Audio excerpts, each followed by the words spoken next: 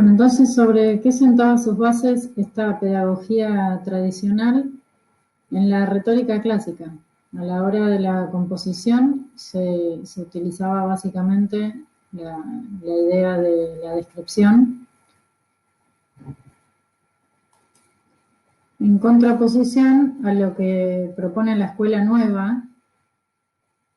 En su libro Marta Salotti y Tobar García, en su libro La enseñanza de la lengua, contribución experimental, este libro lo sacó Capeluz, ellas proponen esta escuela nueva que en realidad es una idea de la libre expresión traída de pedagogos franceses.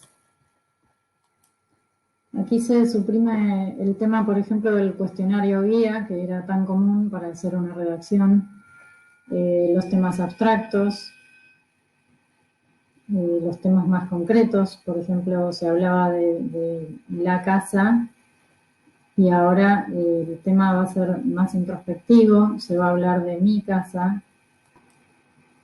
O sea, que los chicos puedan expresarse a través de su uso natural de la lengua, del uso cotidiano de su lengua.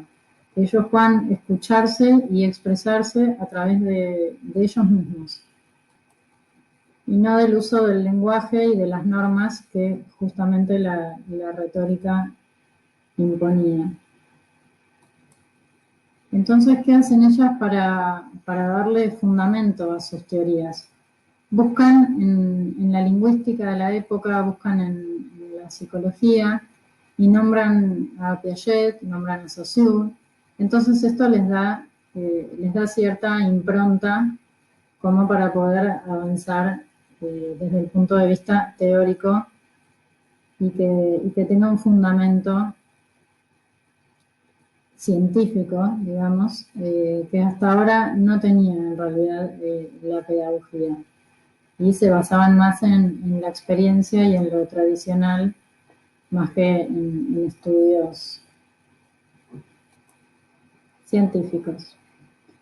Entonces, ya que ellos lo que proponen es que el niño se pueda expresar a través del propio uso de su lengua, lo que ellas explicitan es la posibilidad de posponer el estudio de la gramática, el estudio de la lengua en su formalidad, desde los últimos años de la escuela primaria. Entonces, sacarla de los primeros grados, en donde ellos puedan usar libremente su lenguaje sin estar pensando en las normas, y que estas normas los definan a la hora de escribir, proponen esta idea, que más adelante será llevada a cabo. Les comparto una cita muy linda. Dice, que el niño maneje el conjunto de la lengua de ese organismo social y que al usarla vaya sintiendo solo la necesidad interior de pedir gramática. Eso es lo interesante. Es la gramática de la lengua. Otra cita muy linda que quiero rescatar. Dice, cultivar la lengua oral rica en matices expresivos y su dominio es condición para la apreciación en un futuro de la lengua literaria. Entonces así se evoca a experiencias internas, experiencias propias del chico. Entonces cambia la persona que habla, pasa de la tercera persona a la primera persona. Yo te cuento mi historia, yo hablo de mi casa, no hablo más de la casa. Es una pedagogía de la expresión. Y acá lo que descubren ellas es que el género propio de los chicos en este momento en el que quieren expresarse, es el diálogo. Ellos a través del diálogo, de los gestos, de los tonos que usan de la voz, se dan cuenta que se pueden comunicar mejor a la hora de escribir. Ellas hablan por primera vez del estilo directo y del estilo indirecto. Y justamente lo que dicen es esto, que el estilo directo es el modo en el que mejor se pueden expresar los niños. Es su forma natural en la que se expresan. Entonces ahora sí, la atención del chico va a estar puesta en el discurso, porque se interesa por ese discurso y por cómo quiere generarlo. Estas son las bases de las prácticas del lenguaje que es la forma en la que ahora enseñamos gramática en la escuela.